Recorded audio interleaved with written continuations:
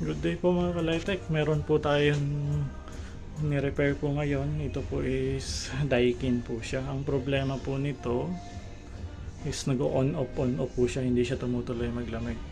Hali po kayo, samahan niyo po ako kung paano namin ito ni-repair. Bali, working na po yung unit natin. Ayan po. Ito po, bali umakyat po tayo ng bubong.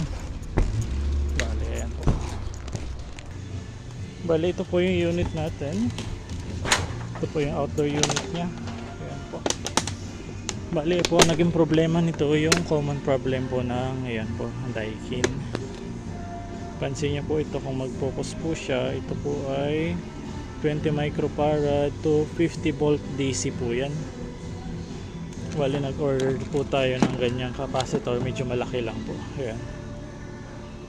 Tapos kinabit na po natin dyan. Bali, dalawa po yung in-order natin. Ayan na po, working na po yung unit.